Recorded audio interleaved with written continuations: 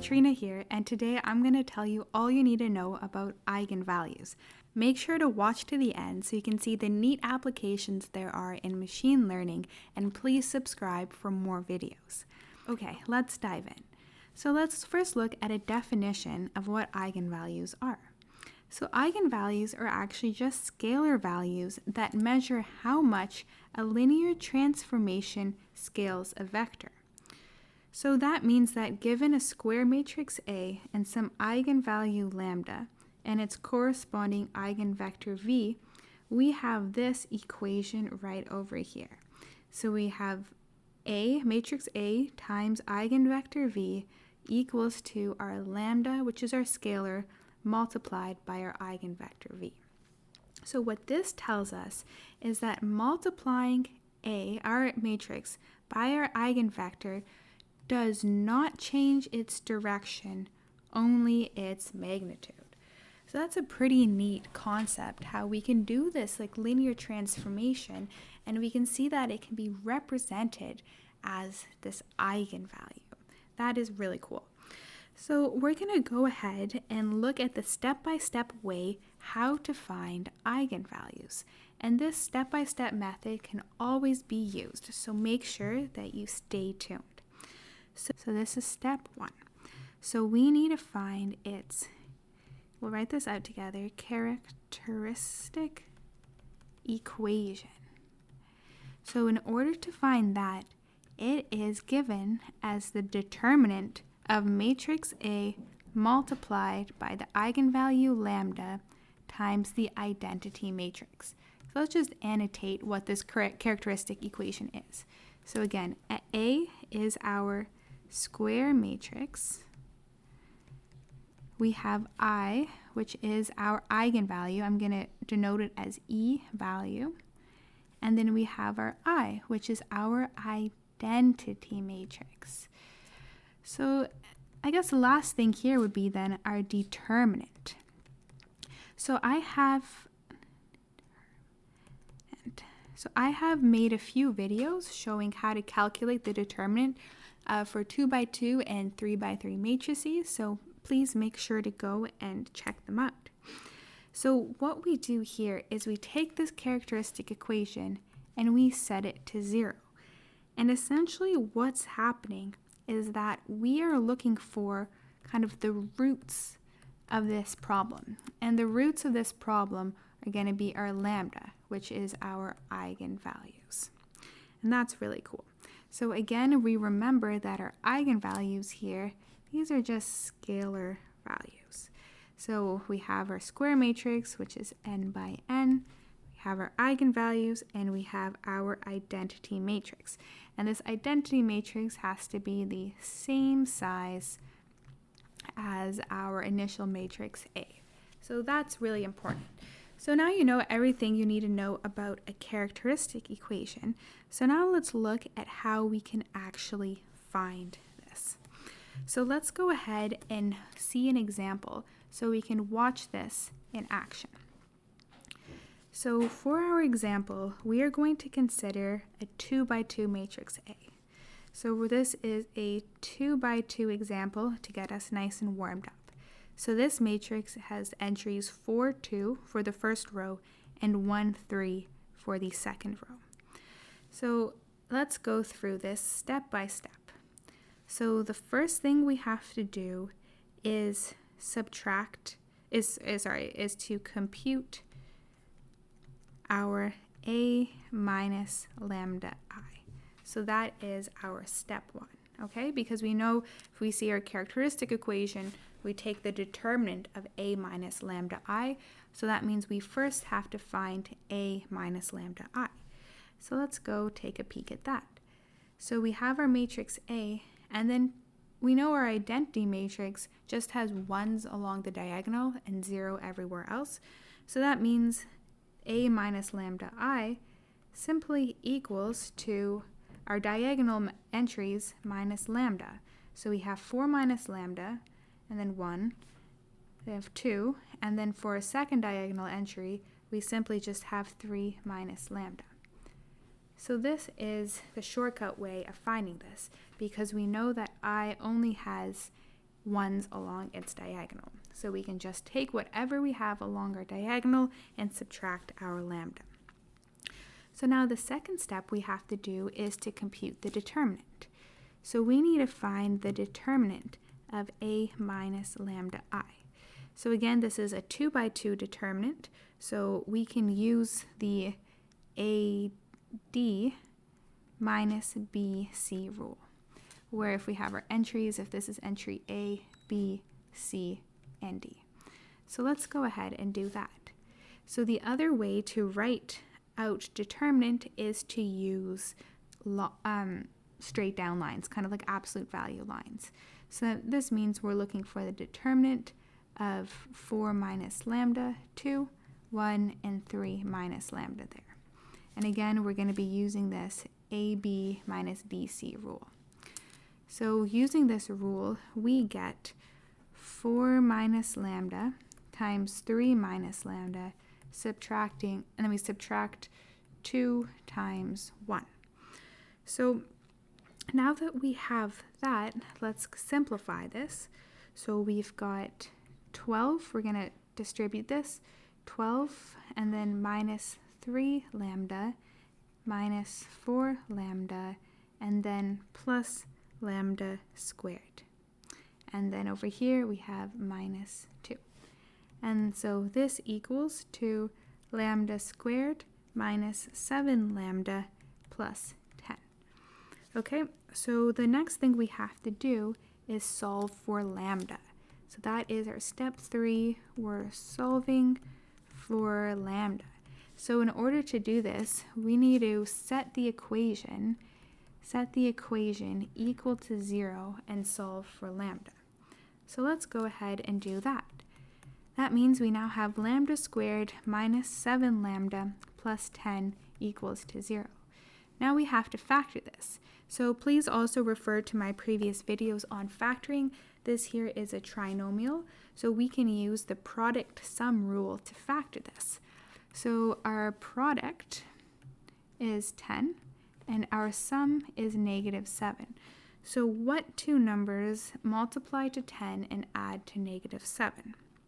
So we can see that negative 5 and negative 2 satisfy this condition.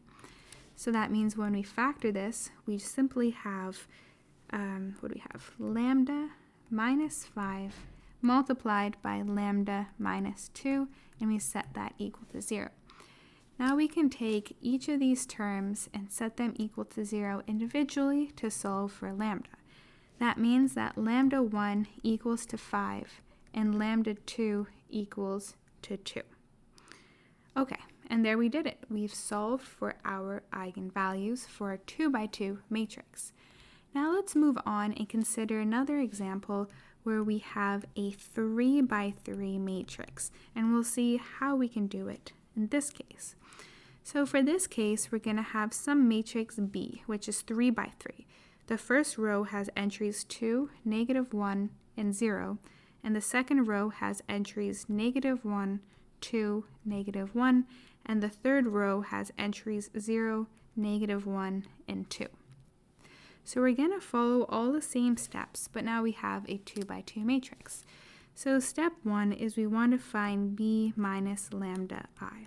So like I said, we want to look at all these diagonal rows and just subtract lambda. So that's not too hard.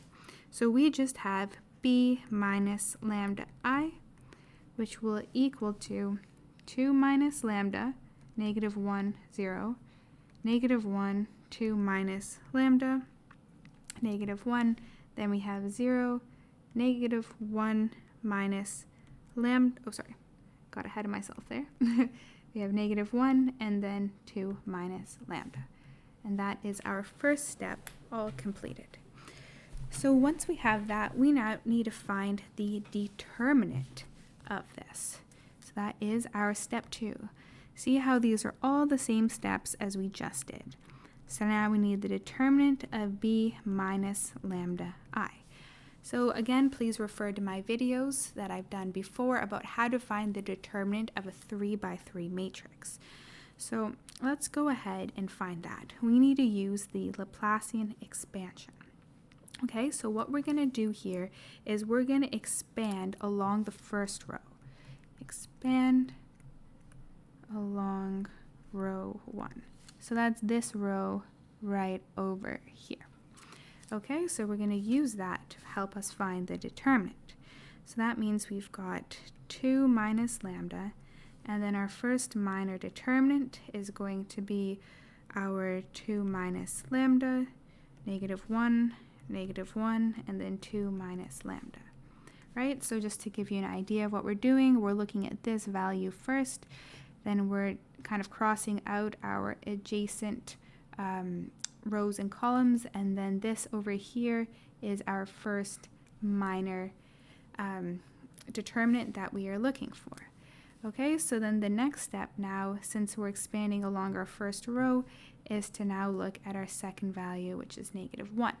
And also according to Laplace expansion, that position has a negative value, so we have negative, and then we have our coefficient, which is -1, and that second minor determinant is -1, -1, and then we also have our 0, and then 2 minus lambda. Very good. And now let's go ahead and let's look for our last term. So we're going to be expanding a point 0, and this actually simplifies things a lot, because if we add 0, it doesn't matter what we have in our last minor determinant, because that's going to cancel out the whole thing and send it to 0. So that's always the trick, is you want to expand along a row that has the most zeros, because it simplifies your determinant the most. So let's go ahead and continue to calculate this determinant. So now that we have these 2 by 2 matrices, we can simply use the AD minus BC rule that we used in our 2 by 2 example. So we've got 2 minus lambda, okay, what does that equal? 2 minus lambda multiplied by, where are we? 2 minus lambda over here times 2 minus lambda, and we're subtracting -1 times -1. So that's for our first one, and then let's do our second one. So we have 1, well, -1 times -1 just equals to 1, multiplied by -1 times 2 minus lambda, and then minus 0 times -1.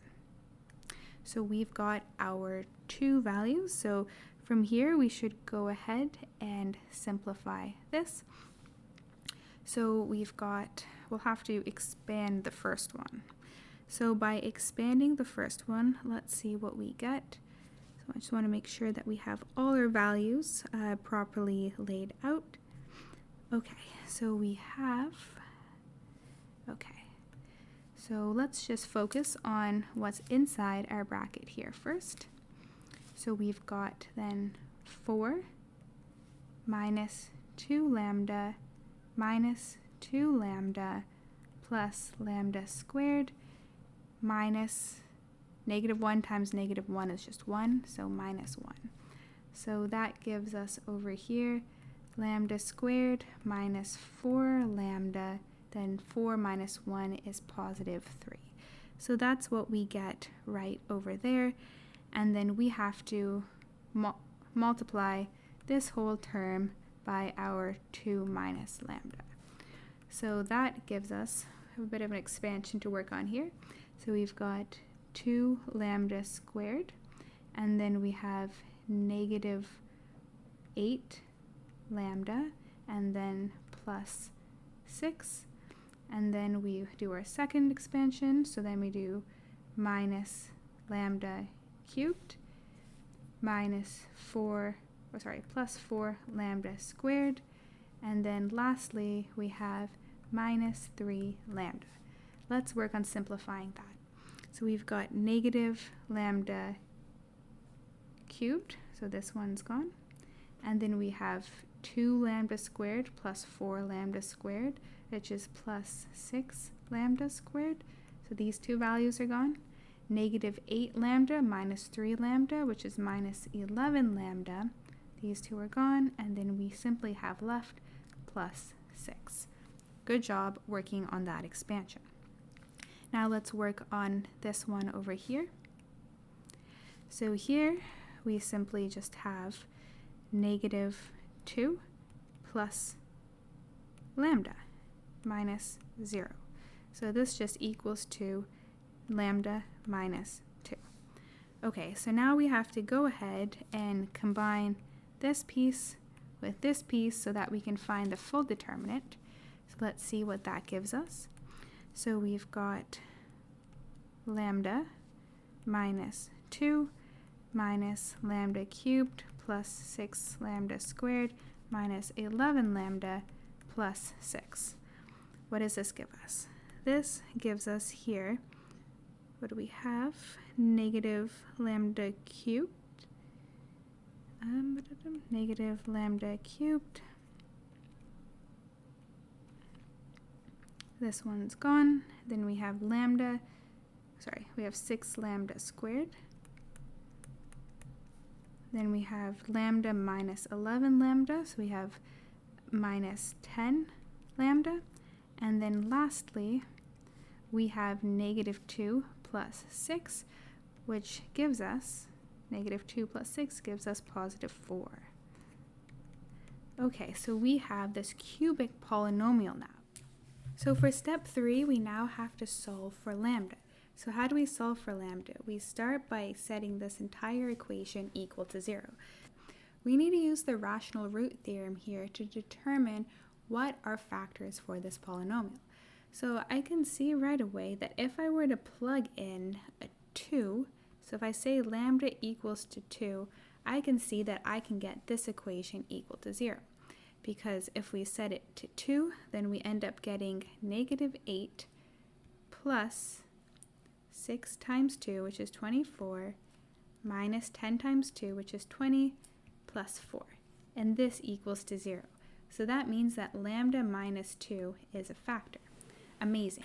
So now that I figured out that, I have to use synthetic division. So you can look at my previous videos to determine how to use synthetic division if you want some background, but I'll walk you through it right now. So that means that we take this number 2 and we put it into our corner here. We then grab all the coefficients from our cubic polynomial. So if we write those out, we have -1, 6, -10, and 4. So we start by dropping down our first value. So we have -1. Then we're going to multiply that by 2, which is -2. Make sure we add down the columns. So this gives us 4. We then multiply this up, which gives 8. If we add, we get -2. One more multiplication, we get -4 and 0. We want to make sure that we get 0 here. That means that our remainder is equal to 0. Okay, so now let's go ahead and then write that out to see what our result is. So all these coefficients over here, the -1, 4, and 2, are now our new coefficients of our quadratic equation. So now what do we get? Well, we get -x squared plus 4x minus 2 equals to 0. So we can try using the product sum rule to factor this. We see that we have a product of 2 and a sum of 4. However, are there any numbers that multiply to 2 and add to 4? 1 and 2 don't work, -1 and -2 don't work, and that's all the factors of 2, so we can't use product sum rule. Instead here, we're going to have to use the quadratic formula. And the quadratic formula says that our x1 and 2, or in this case, our lambda, I think I converted to x, we'll go back to lambda here. There we go. So our lambda 1 and 2 equal to -b plus or minus root b squared minus 4ac over 2a. So let's go and plug that in. So that means that we have -4 plus or minus the root of 16 minus 4 times -1 times -2, all divided by 2 times -1. And let's go and simplify this. So we've got -4 plus or minus root of 16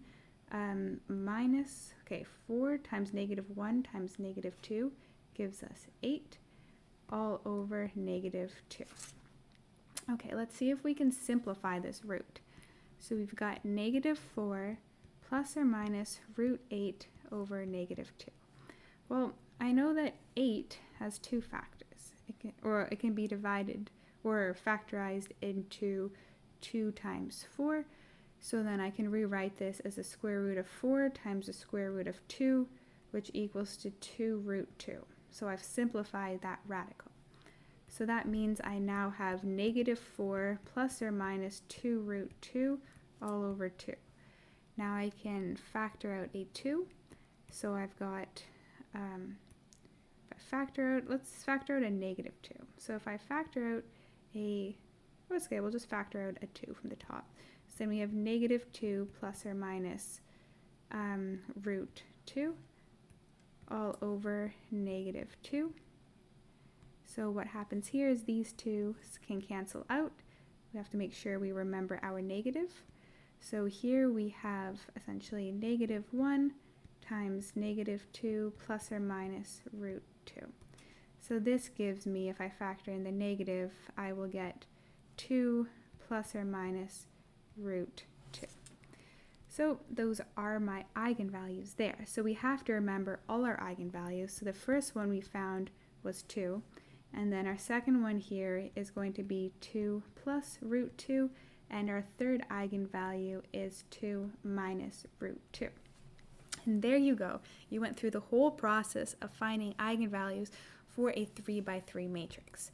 I just wanted to highlight a couple neat machine learning applications at the end. The first application I want to draw your attention to is principal component analysis. This is a huge application in machine learning. Principal component analysis uses our eigenvalues to identify the most important directions known as the principal components for high-dimensional data. So the largest eigenvalues correspond to the directions of the maximum variance. So that means that the biggest eigenvalues correspond to the eigenvectors which encapsulate the greatest variance or hold the most information about our data. So in principal component analysis, it helps us reduce the dimensionality of our data because say we have millions of dimensions, but we just want to focus and reduce this into maybe 5 dimensions because that will make it computationally a more reasonable problem. But we want to choose the 5 dimensions that have the most information about our data as possible. So in order to identify these main dimensions that have the most information is that we need to find the eigenvalues. We take the biggest eigenvalues, the largest values, and their corresponding eigenvectors, and these vectors will represent our principal components of our data, the components that hold the most variance. Awesome.